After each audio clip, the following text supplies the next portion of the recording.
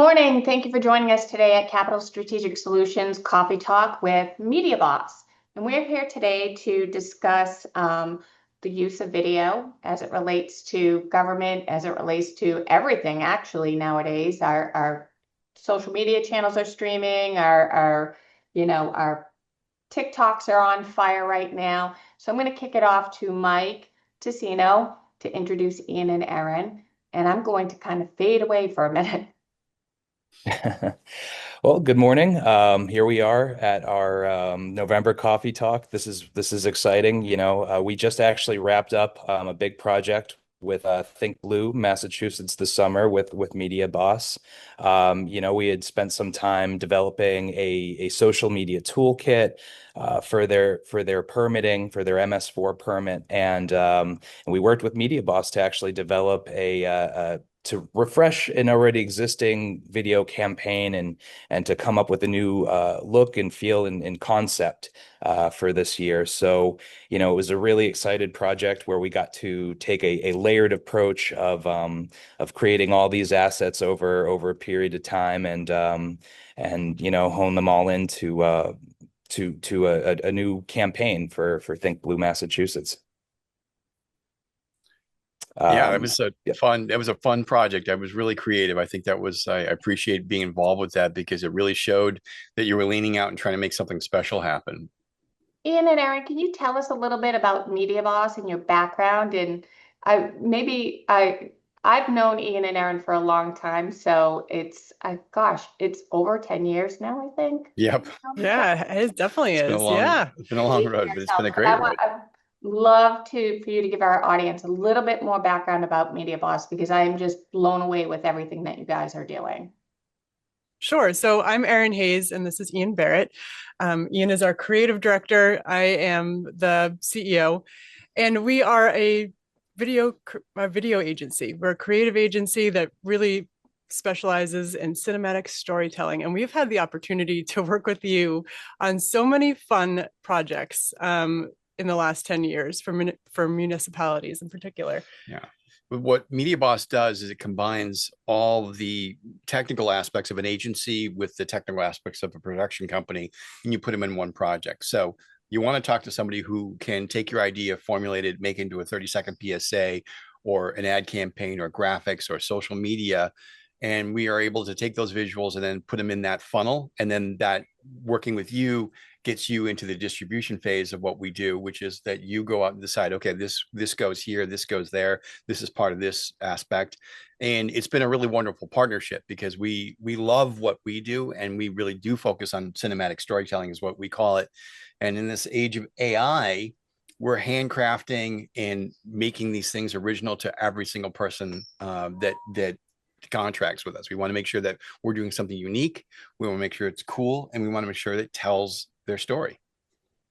That's awesome. And I love everything that you do. I especially love the project that we just wrapped up with Think Blue and the animations that you added in there. They're so creative and thinking outside the box about, getting that technical information into those bite-sized digestible pieces so that anyone of any age group, any learning abilities could understand it. And it's interesting and it's intriguing.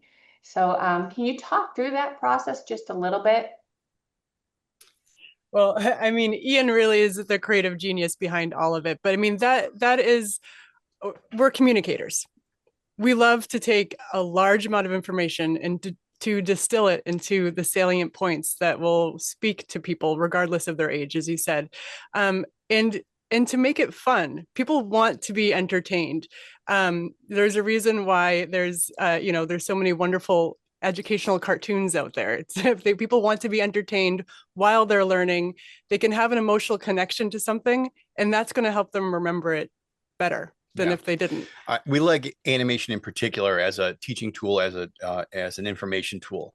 It takes us back to our youth. It takes us back to where we started learning things, whether it was Schoolhouse Rock or Snoopy or whatever. Everybody has a cartoon or something they love listening to. They could just sit there and watch. And so, especially now, going back, and in this particular case, the concept was that we were going to make everything out of paper, and everything for the most part, everything on the set is made out of paper or polymer clay, or there's a little model car that's in it. But the whole idea is that we make everything white and clean, and then we take what we want people to focus their attention on, which is how pollutants get into a stream, like basically into a water system. And we highlight those aspects. So because very graphically, we're against a very blank canvas, and then we show the pollutants in a very colored canvas so people can see, oh, that's where that came from. That's where that came from. And in another approach where I don't care if we shot it in IMAX and it was all color, it would be hard to differentiate what I'm trying to see here. And so the concept was about getting the audience to focus on the three aspects of what was causing what we thought was a problem very quickly, and be able to do it, technically speaking, without even understanding, without any language, without any audio, without any music. They should be able to understand that this isn't great. And that's where the challenge comes in. And to do it in 30 seconds is obviously the next challenge. Yeah, that's definitely a challenge. I know that as communicators, we have to say things 3 times or more for it to really sink into people's thought processes when they're deciding on changing their everyday activities, the normal habits that they have, or even becoming more educated about what's happening in their community. And I think that what you've done with Think Blue and what you've done with videos that we've worked on in the past, I was thinking about it this morning, and I was thinking about that Taste of Downtown Framingham. Mm.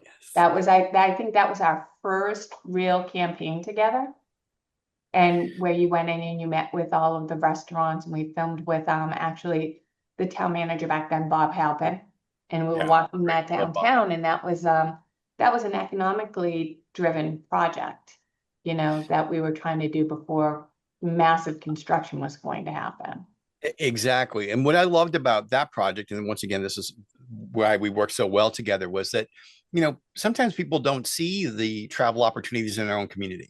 What we focused on was 3 really diverse, very, very good restaurants that focus on very, very specific styles of food. In one case, we had a very authentic, was it a Salvadorian? Was Colombian. Colombian. Yeah. Oh, see, think about that. Not even El Salvador, not Dominican, Colombian food. So this restaurant has like a grandma in the back who makes this absolutely authentic Colombian food. And you walk in there and you might as well be in Medellin, right? That's how good that food is, and that's how personal that is. And then you go right down the street, quarter mile away, and we're into a pho place, which is absolutely authentic, where bone broths take 2 days for them to make. They're doing a bone broth that takes 2 days. You can travel in your own community. And that was a really wonderful campaign to show people, hey, you don't need, you just go here. And within 1 square mile, you can go to 3 different countries in the world. And that was really a lot of fun to do. And I think that's the heart of the storytelling. Yeah, for sure. Mike, do you have anything to add? Yeah, absolutely. Here in Massachusetts, for the municipal separate stormwater sewer permit, which I promise I'll only say once, I'll just start saying MS4 from here on out, is, there are what I think there's a great number of minimum control measures within that permit, public education being one of them. And I feel like all the topics that surround public education and the messages that we have to push out in a given year are really kind of like soft character, descriptions of what you should be. It's really community dependent. Rural areas will have different messages from very urban areas. So I think that when we were working with Think Blue, I just kind of like watching the magic of the pitch and seeing, how you guys propose that I'm going to call it the origami concept. And we kind of focused on those several points for illicit discharge with like the sewer system, for the pet waste. I think that you really made a great piece that kind of had that Massachusetts character, spirit.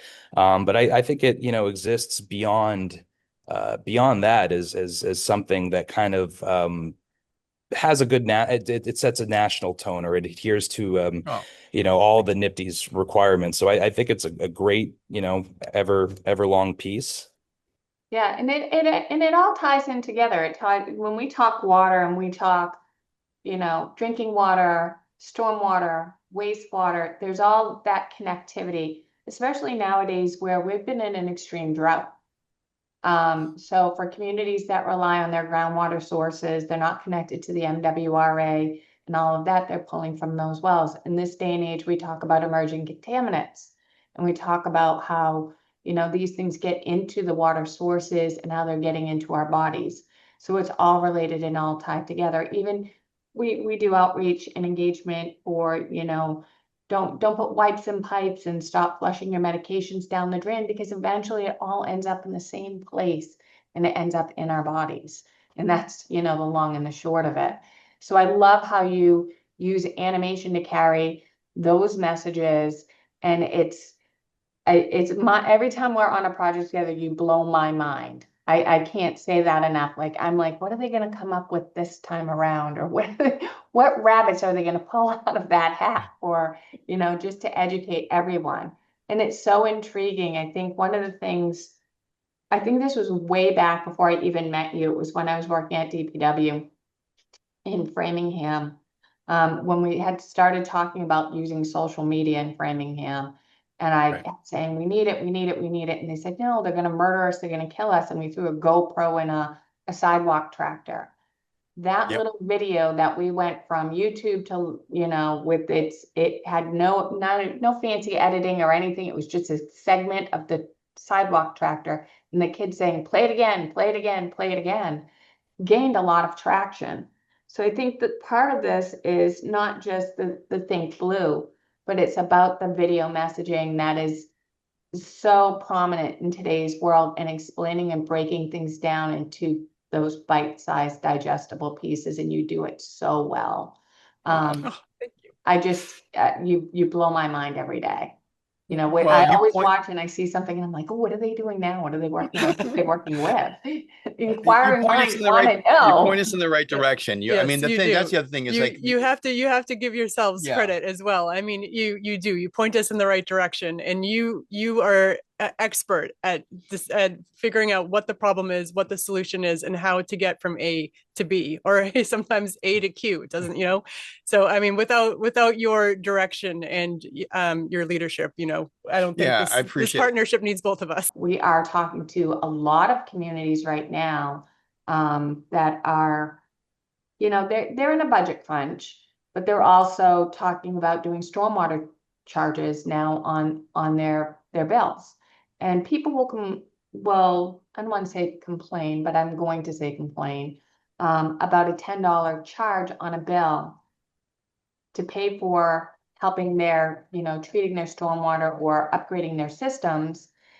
However, if their cell phone or their cable bill goes up $10, I mean, how much is an average cell phone bill nowadays? I mean, they're extremely expensive, Hundreds. Yeah, hundreds of exactly. dollars, but they don't mind paying for that, or maybe it's maybe have one less coffee. Stop buying your coffee every day and brew it at home. Right, exactly. Yes. I mean, But that's changing public opinion. Go ahead. that's exactly what I was going to say, changing public opinion. And that's what I think you are doing, and we are doing with you, because part of the reason we talked earlier about making sure that our videos could be understood from children to adults and just having it be entertaining. And I know that some of the videos that we've done together have been shown in Framingham public schools and have really impacted the students there. I mean, you National show conferences too. and Yeah. national conferences as well, but you show a child something, you show a child how something works that they'd never thought before, and it sticks because their minds are blown, because as we've said, the water systems are underground. They don't know, but our daughters know that there's Yeah, no. storm drains and they know where our water sources come from. I think we emulate that in our work, right? We try to make people understand the importance of these resources, and we do everything we can. But let me ask you, is when producing a video and something that's a higher concept like that, how do you find something, the hook for your video? Like, for example, the Think Blue. Do you I feel like that did have kind of an emotional tug, like you said earlier. That duck is representing everyone. It's representing our children, our people in our community. What's some of the ethos that you play into when you're working on a project and when you're thinking of Well, that? for me, the duck is innocent, right? This is it is a creature that's literally floating on the water, reacting to the things that are happening. And so that becomes your canary in a coal mine. That becomes your barometer. That becomes your temperature gauge. I can actually see by how that duck is behaving whether this is a good or a bad thing. And we live in a world where green is good and red is bad when we come to storytelling. And that's the key. Can I dilute this to the simplest number of moving pieces that tell the story where you know what the answer is at the end? Not only do we describe what the issues are, we give a call to action at the end. And we all do this. We do this in 30 seconds. We identify that everybody has a car. There are like 11 different fluids that are toxic that are in a car that can go into a storm drain. People want beautiful green lawns, but if don't fertilize right next to the storm drain, because that's going to wash right off and go in the storm drain, and then you get pollution in your body of water, and then you wonder why there's no fish in there, because there's no oxygen in there for the fish to live to use. And then when you're walking your dog, everybody wants has a pet, and they, especially with dogs, you think, maybe it's okay. I'm in the middle of nowhere. It doesn't matter. It does matter. Yes. And when you multiply that by 365 days every year, once, twice, three times a day with one dog, put it in a box, put it in a barrel. I'm going to tell you what, that's a lot of stuff. Now you multiply that by every person that lives around you with the dog, and that's a huge thing. And so we want to say it's not an innocent little thing. It's a big thing. It adds up. And so you can do something about it. And so that the fact that the bag was blue and the water was blue wasn't an accident. And so the idea was also that Think Blue can give away pet waste bags at an event, which are easy to make, that they can brand and show people. It's as simple as this little bag. You can make a difference in this world by just using this little bag.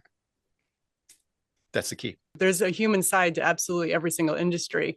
And we love finding that human side and connecting with people. Yeah. And think about the data that's in your everyday life. What we like to do is go from a really deep historical perspective to now. And we put that all in the same bucket in our head.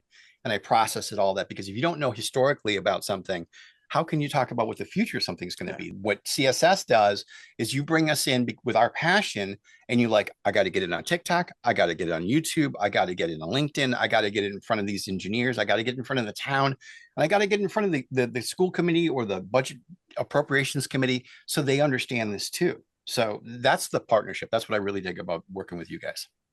Well, we love working with you as well, and that's obvious because we've known each other for so long, and I think that we just click. I mean, we get together on a thought process or the issue or how we're going to educate people about, what is happening in their community. I think a lot of what we're hearing right now from the communities that we serve is, how do we get in front of this? How do we, we have this issue, but nobody's paying attention to their government right now. And I'm like, because they have information coming at them at every single direction. They have it either on Facebook, they have it on Instagram, they're on TikTok, they're trying to watch the news. It's blasting them in their faces. So it's kind of hard to kind of delineate between fake news, real news, what is actually happening in your community versus what is just somebody putting out like some kind of AI message just to shock and awe people. So we have those conversations all the time, and we encourage them to use their platforms as best they can to continue to drive those algorithms back to the real factual information on their web pages and things of that nature. And I think that's where we've kind of keyed in together in some of our projects and some of the things that we've worked on with y'all. With Think Blue, it was the pushback to the Think Blue toolkit and the web pages and the information there where they could do a deeper dive.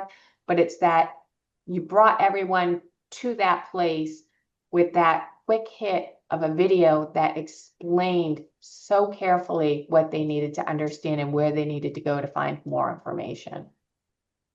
That's all you can do. And I think if I was going to leave anybody from any town or like city or whatever, where you're from, even if you're in a business, the number one rule is if you don't tell your own story, somebody else will. And when they tell their story, they're not going to tell it the way you would. Well, thank you so much. It is getting, we have been here on this Zoom for quite a few minutes. And I'm gonna wrap it up really quick just because timing is of the essence and we all have heavy lifts and you have videos to make and Mike and I have to get to work educating people. But I wanted to say thank you so much. I know that we have had an awesome run and we're gonna have an even more larger marathon ahead of us. But I wanted to thank you both for joining us. Mike, do you have any last words? I'm just inspired now. I want to see what I can go out there, what I can go out there and create for myself. I'm thinking of all the stories we really haven't told yet. So Yeah. this was super. Thank you two so much for joining. And any Thank you last for having words, us. Ian and Erin? Just thank you. This has been a pleasure. Well, the pleasure's been all ours, and I look forward to working on many, many more video projects with you and seeing what the future has to hold for us all. Thanks, guys. Thanks. Thanks.